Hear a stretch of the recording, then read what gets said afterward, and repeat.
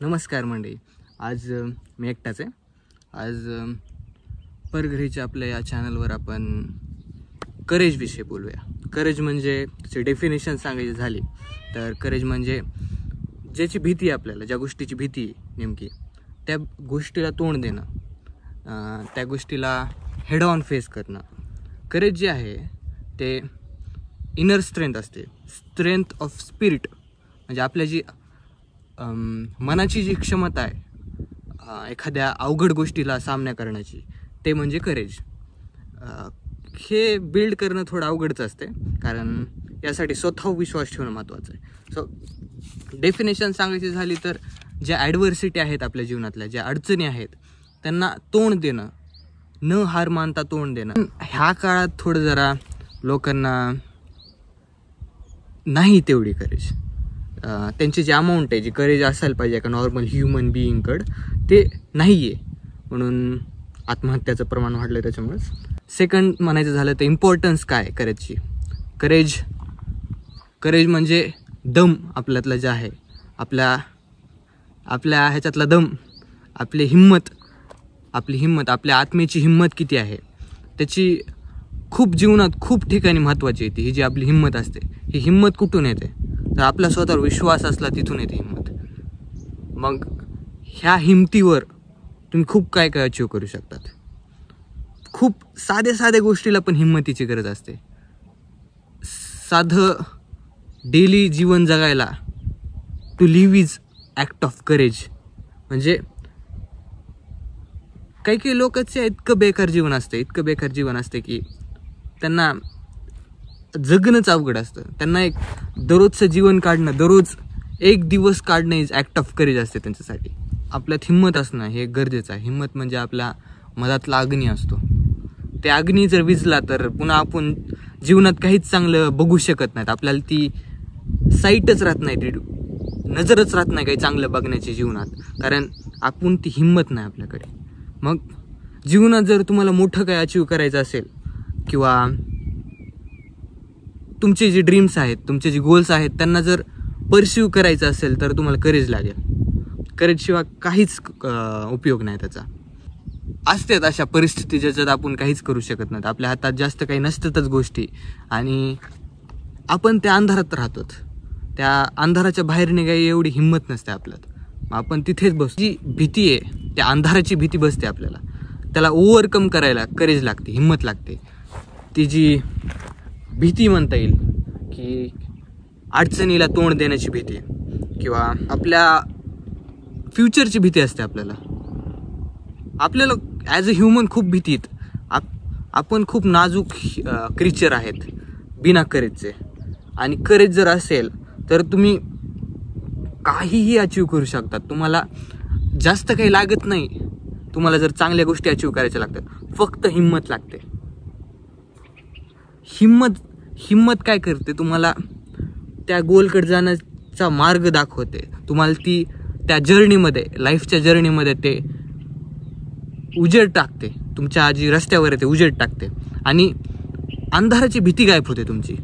आणि जितकं तुम्ही त्या भीतीला फेस करताल, त्या फिअरला फेस करताल, तितकी अमाऊंट ऑफ करेज वाढते तुमची. आणि जितकं वाटते तितकं अवघड नाही आहे. फक्त तुम्हाला तेवढं कष्ट घ्यावे लागतील, तेवढी करेज बिल्ड करायला. करेज बिल्ड करण्यासाठी तुम्हाला तुमची जी अडचणी आहेत जीवनातल्या, किंवा जी काळोख आहे तुमच्या जीवनातला, त्याला तोंड द्यावे लागेल. अवघड आहे मला माहिती आहे. त्याच्याऐवजी तुम्ही रील्स चालू शकतात, ते अवॉइड करू शकतात, पण to face it takes courage. आता ॲक्ट्स ऑफ करेज काय असतात, तिसरा पॉईंटकडे जायचं. ॲक्ट्स ऑफ करेज ते डिपेंड करते तुम्ही कुठे आहेत आता तुमच्या लाईफमध्ये. आता काही जी डिप्रेशनमध्ये असतात, ज्यांना लाईफमध्ये त्यांच्या फक्त रूमच्या बाहेर जायला किंवा ह्युमन इंटरॅक्शन करायला ती करेज लागते. आणि काही लोक नॉर्मल असतात, ज्यांना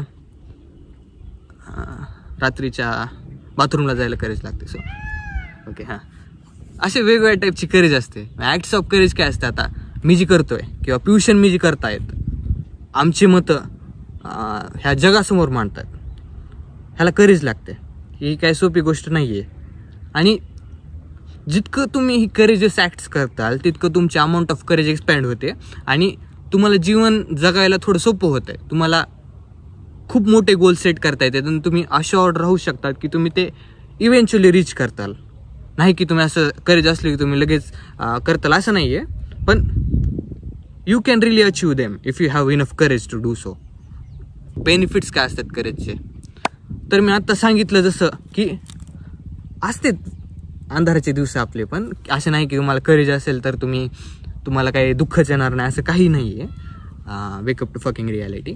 तर पण त्या दिवसाला गो थ्रू करायला, त्या दिवसातून बाहेर पडायला, त्या अंधारातून स्टेप आउट करायला जी दम लागतो, जी करेज लागते, ते बिल्ड करणं आवश्यक आहे. मग ही जर करेज असेल तर तुम्ही त्या लवकर गोष्टीतून बाहेर येऊ शकतात आणि त्या निगेटिव्ह एक्सपिरियन्सपासून, जसं की आम्ही मागच्या पॉडकास्टमध्ये म्हणलात, त्या निगेटिव्ह एक्सपिरियन्सला फेस करायला हिंमत येते. कोणते बी जीवनात ऑब्स्टिकल आले, ॲडव्हर्सिटी, अडचणी, काही डिफिकल्ट टाइम्स आले, त्याला फेस करता येतं तुम्हाला. You will be open to the world आणि इट टेक्स करेज. आणि तुम्ही स्वतः होऊ शकतात, म्हणजे you can be yourself out in the world. तुम्हाला जर टिप्स द्यायचं झाल्या मला, तर ज्या गोष्टीला तुम्हाला भीती वाटते ना, करा. अवघड नाही. म्हणजे समजा तुम्हाला पब्लिक स्पीकिंगची भीती असेल, भाषण साइन इन करा, भाषण करा, काय हरकत नाही. तुम्हाला जमलं तरी नाही, एकदा जमलं नाही, दोनदा जमलं नाही, काही नाही. लोक तेवढं तुमच्या लक्षात ठेवणार नाहीत, कारण तुमच्या पुढे पण 10 जण येणार आहेत स्पीच द्यायला, म्हणून तेवढं अवघड नाही. एकदा तुम्ही जर त्या स्टेजच्या गो थ्रू झालात, मग तुम्ही एक बेटर स्पीकर होऊ शकतात आणि कोणाला पण बोलू शकतात. तेवढी काय अवघडची गोष्ट नाही आहे. आता you can walk to a total stranger and talk to him flawlessly, पण तुम्हाला तेवढा कॉन्फिडन्स पाहिजे. कॉन्फिडन्स करेजमधून येतो आणि करेज सेल्फ अवेअरनेसपासून येते. सेल्फ अवेअरनेस म्हणजे स्वतःला तुम्ही ओळखलं ना, तर मग तुमची करेज एक्सपॅन्ड होते.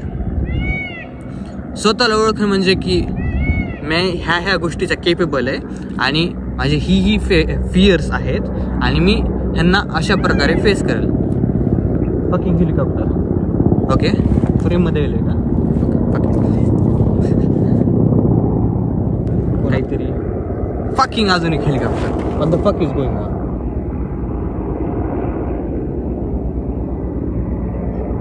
जाऊ द्या, इलेक्शन आलेत, मग आले असतील राजकारणी माणसं.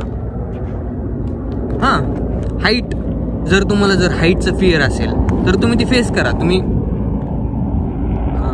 उंच ठिकाणी जाऊ शकतात जस्ट एक्सपिरियन्स करण्यासाठी. मग काय होतंय, तुम्हाला आता कोट्सच्या ह्याच्याकडे जा तुम्ही, म्हणजे जरा कोट्स वगैरे सांगून थोडं जरा इलॅबरेट करतो माझ्या ह्या बडबडीला.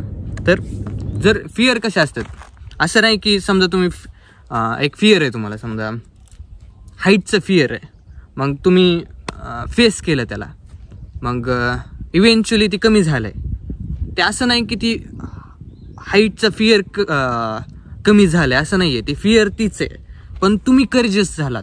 तुमचा जी अमाऊंट ऑफ करेज ती इन्क्रीज झाली, म्हणून तुम्हाला त्याची कमी भीती वाटायली. सेमच आहे पब्लिक स्पीकिंग. सो तुम्ही जायलात, बोलायलात लोकांशी, भाषणं द्यायलात, इन्स्पिरेशनल स्पीच द्यायलात आणि पब्लिकसोबत संवाद साधायलात कोणत्याही प्रकारचा.